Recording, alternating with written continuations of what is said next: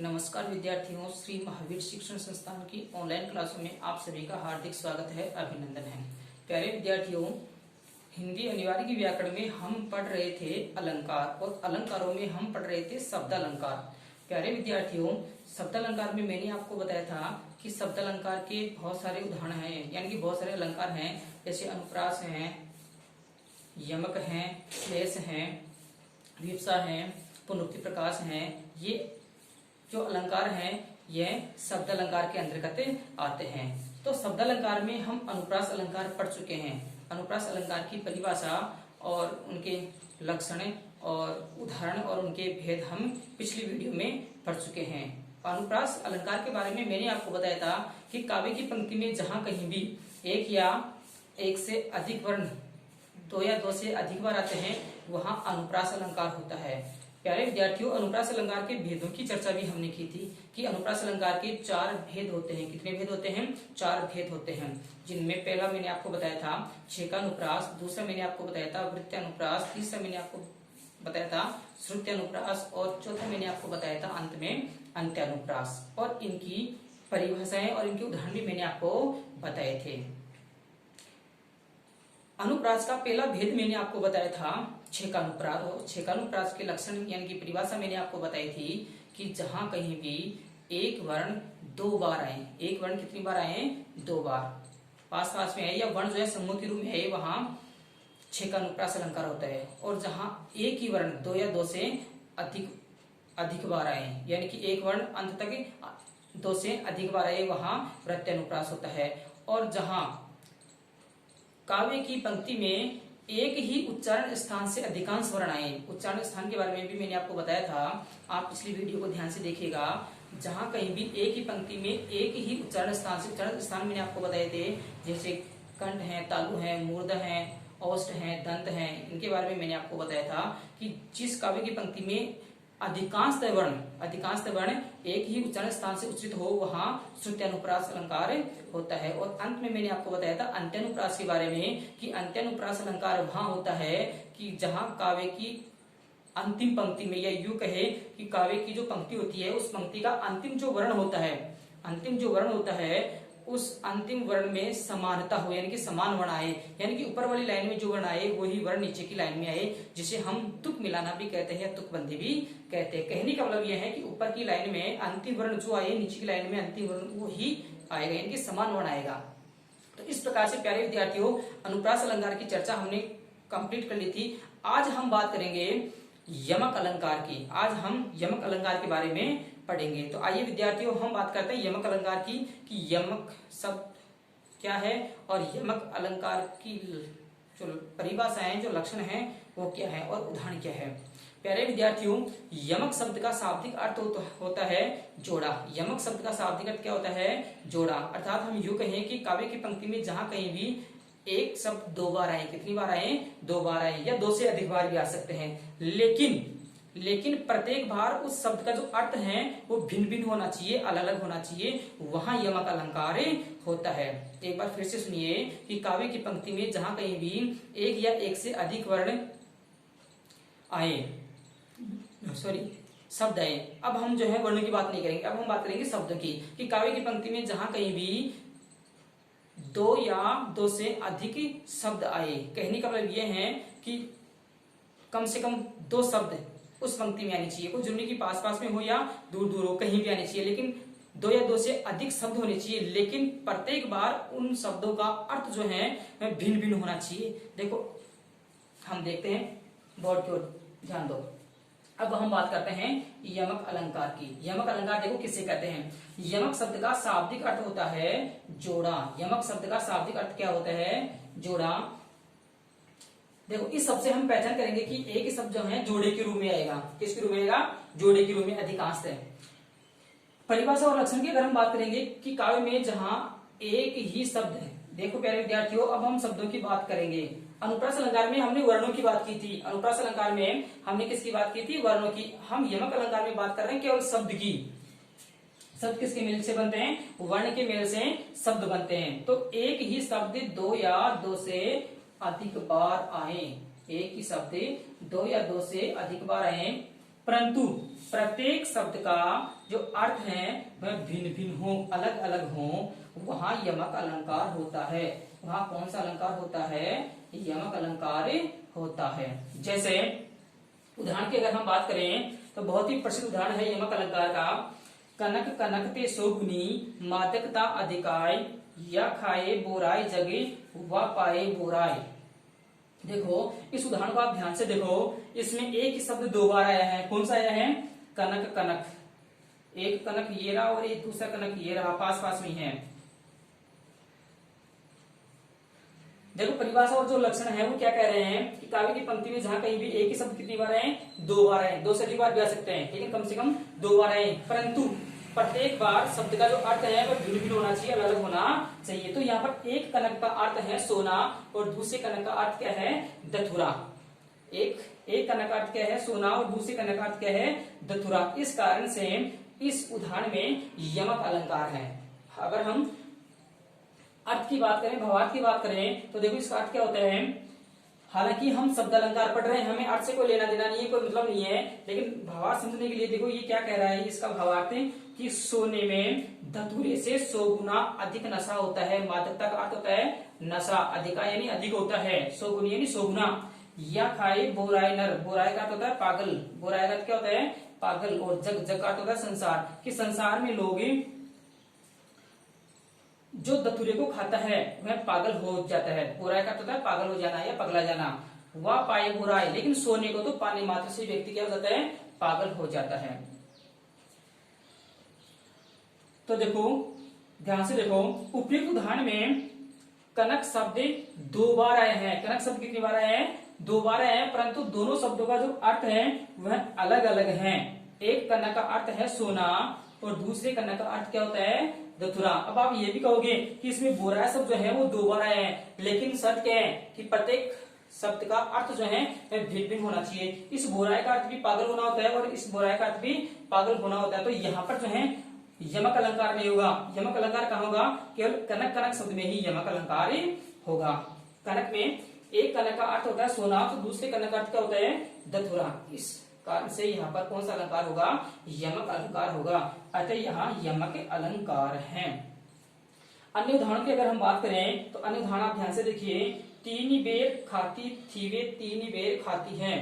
तीनी बेर खाती थी वे तीन बेर खाती है। ये पंक्ति जो है कवि भूषण द्वारा रचित है। इसमें वीर छत्रपति जो शिवाजी है उस शिवाजी की वीरता के बारे में वर्णन किया गया है कि मराठा शक्ति के जो नायक थे छत्रपति वीर शिवाजी, उनकी इतनी धाक थी कि शत्रु पक्ष की जो स्त्रियां थी वह डरती थी, उनसे कांपती थी उनका नाम लेते ही। तो स्थिति ये हो गई थी कि शत्रु पक्ष की जो स्त्रियां थी वह अपना महल छोड़ करके दूर भाग गई थी, दूर चली गई थी, यानी कि जंगलों में चली गई थी शिवाजी से डरती हुई। तो उस समय जब वह जंगलों में रहती थी उस समय वह तीन बेर, देखो यहाँ पर भी देखो तीन बेर और तीन बेर ये दो दो बार आए हैं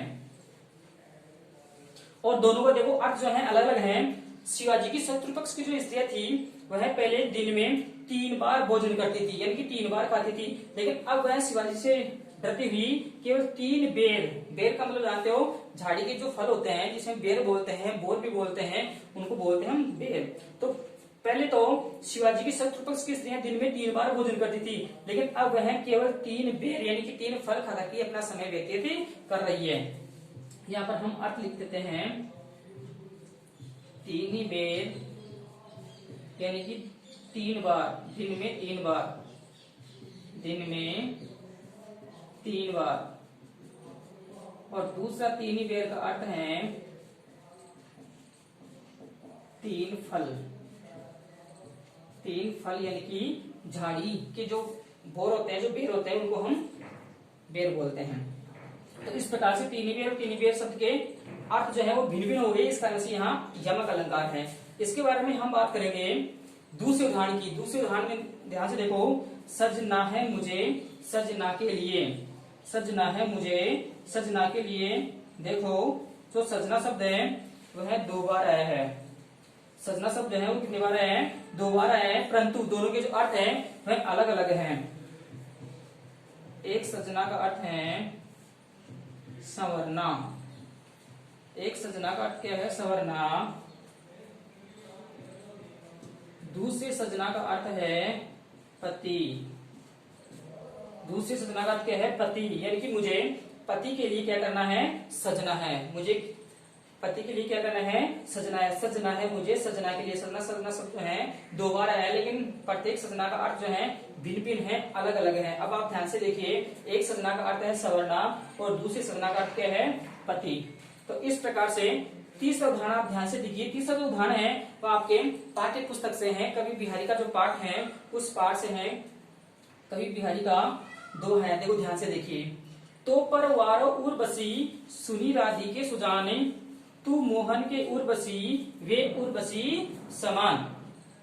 तो प्यारे विद्यार्थियों, इस उदाहरण को आप ध्यान से देखिए कि उर्वशी शब्द जो है वह अनेक बार आया है। यहाँ पर एक उर्वशी ये रहा, एक उर्वशी ये रहा और एक उर्वशी ये रहा। इसमें राधा को संबोधित किया गया है। किसको संबोधित किया गया है? राधा को। ये देखो ये रहा राधिके। और ये उर्वशी जो है, ये उर्वशी जो है 3 बार है, परंतु तीनों बार इस उर्वशी शब्द का जो अर्थ है वह अलग अलग है। कैसा है? अलग अलग है। देखो हम तीनों अर्थ अलग अलग देखते हैं। पहला जो उर्वशी है ये उर्वशी के लिए आया है। किसके लिए आया है? उर्वशी के लिए। ये उर्वशी जो है स्वर्ग की एक अप्सरा है, उसके लिए आया है उर्वशी। दूसरा जो उर्वशी है, तू मोहन के उर्वशी। उर्वशी उर का अर्थ होता है हृदय। उर का अर्थ क्या होता है? हृदय। और बसी यानी बसी हुई। उर प्लस बसी यानी कि हृदय में बसी हुई। हृदय में बसी हुई। उर्वशी हृदय में बसी हुई। और तीसरा जो उर्वशी है ये कोई आभूषण विशेष के लिए आया है। किसके लिए? कोई आभूषण, गहना जिसे हम बोलते हैं, आभूषण विशेष के लिए आया है। आभूषण विशेष के लिए आया है। इसलिए देखो तीनों जो शब्द है उर्वशी उर्वशी, तीनों का अर्थ जो है यहाँ पर अलग अलग हो गया। मैंने आपको बताया था कि काव्य की पंक्ति में जहां कहीं भी एक ही शब्द दो से अधिक बार आए, लेकिन प्रत्येक बार उन शब्दों का अर्थ जो है भिन्न भिन्न है। यहाँ पर इस दोहे में एक ही शब्द 3 बार आए हैं। एक ही शब्द कितनी बार आए हैं? 3 बार आए हैं, लेकिन तीनों का जो अर्थ है वह अलग अलग है। इस प्रकार से प्यारे विद्यार्थियों हम पहचान करेंगे यमक अलंकार की। एक बार हम फिर से जो है रिवाइज कर लेते हैं। यमक शब्द का शाब्दिक अर्थ होता है जोड़ा। परिभाषा और जो लक्षण है वो क्या कह रही है हमें कि काव्य में जहां कहीं भी एक ही शब्द कितनी बार आए? 2 बार या 2 से अधिक बार आए, परंतु प्रत्येक बार उस शब्द का अर्थ जो है वो भिन्न भिन्न होना चाहिए, अलग अलग होना चाहिए। उदाहरणों की अगर हमने बात की तो यहाँ पर देखो, कनक कनकते सोगुनी मादकता अधिकाय, या खाए बुराय जगे व पाए बुराय। इस पंक्ति में या इस उदाहरण में, इस दोहे में कनक कनक शब्द जो है वो 2 बार आए हैं, परंतु दोनों बार अर्थ जो है भिन्न भिन्न है। एक कनक का अर्थ है सोना और दूसरे कनक का अर्थ क्या है? धतुरा। इस प्रकार से अगले उदाहरण में अगर हम बात करें, 3 बेर खाती तीवे 3 बेर खाती हैं। 3 बेर शब्द जो है 2 बार आया है, परंतु दोनों बार अर्थ जो है अलग अलग है। एक तीन बेर का अर्थ है दिन में 3 बार और दूसरा 3 बेर का अर्थ क्या है? 3 झाड़ी के फल। दूसरे उदाहरण की अगर हम बात करें, सजना है मुझे सजना के लिए, तो यहाँ पर सजना सजना शब्द जो है 2 बार आया है। एक सजना का अर्थ सवर्णा और दूसरे सजना का अर्थ पति। तीसरे उदाहरण की अगर हम बात करें, ये तीसरा उदाहरण जो है वो आपके पाठ्य पुस्तक से है। तो पर वारो उर्वशी सुनी राधी के सुजाने, तू मोहन के उर्वशी वे उर्वशी समान। तो यहाँ पर उर्वशी उर्वशी शब्द जो है वह 3 बार आए हैं, लेकिन तीनों बार इस उर्वशी शब्द का अर्थ अलग अलग है। यहाँ पर देखो राधा को संबोधित किया गया है।